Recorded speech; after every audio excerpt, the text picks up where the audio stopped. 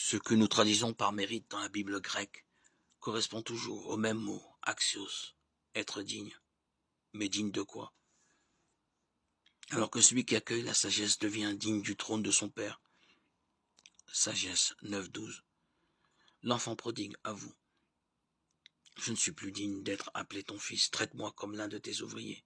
Luc 15.19. Mais ce faisant, il produit le fruit digne de conversion. Acte 26.20, dont parlait Jean-Baptiste. Luc 3.8, Matthieu 3.8. Ce qui lui fait retrouver la vie éternelle. En sens inverse, ceux qui n'ont pas le mérite de cette conversion, filiation, se rassurent en pensant avoir Abraham pour père.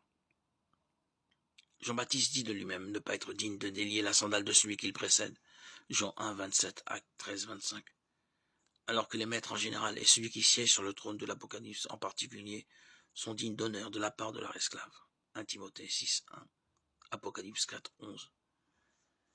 L'agneau de Dieu, enfin, c'est par son sang qu'il devient digne d'ouvrir le livre. Apocalypse 5.4.9. Digne de l'honneur des maîtres et même digne de la gloire. Apocalypse 5.12. Quand Jésus envoie ses disciples en mission, il leur dit que l'ouvrier mérite son salaire. 1 Timothée 5.18, Luc 10.7. Et qu'ils peuvent donner la paix à ceux qui en sont dignes. Ce salaire, ce peut être de la nourriture pour commencer.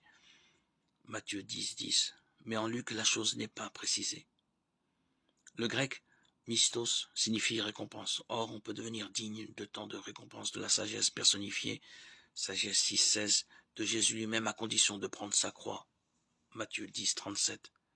D'un mystérieux repas de noces, Matthieu 22.8, ou enfin du vêtement blanc et du fait de marcher avec lui. Apocalypse 3, 4, 5. C'est là que la chose devient intéressante. Jésus nous a donné la parabole des ouvriers de la dernière heure pour expliciter quel genre de mistos on pouvait mériter dans le plan de Dieu. Matthieu 28. Le Père éternel a commenté ce texte auprès de nombreuses personnes. Il lui explique qu'il n'y a que cette vie que l'on puisse mériter ou pécher, selon le choix de la volonté de chacun. Nous serons récompensés non selon la durée ou l'importance du labeur, mais selon le degré de l'amour.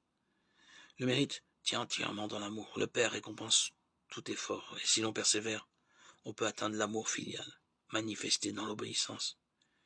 Mais là commencent les différences. Je réponds toujours par le même amour à l'amour qu'on a pour moi. Proverbe 8.17. Si vous m'aimez comme un serviteur aime son maître, je vous aimerai en maître, vous payant votre dû suivant votre mérite. Mais je ne me manifesterai pas moi-même à vous. Les secrets intimes, on les livre à son ami, parce qu'on ne fait qu'un avec son ami. Jean 15.15. On ne fait pas qu'un avec son serviteur.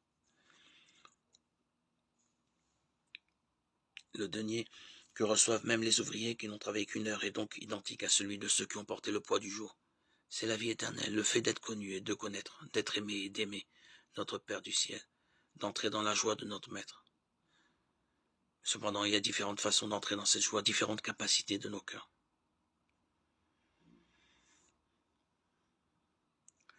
L'adoption filiale que nous avons reçue nous donne de vrais droits, un véritable mérite. Nous sommes co-héritiers du Christ, nous devenons dignes d'obtenir l'héritage promis de la vie éternelle. Toutes nos justices ont des tâches à vos yeux. Je veux donc me revêtir de vos propres justices et recevoir de votre amour la possession éternelle de vous-même.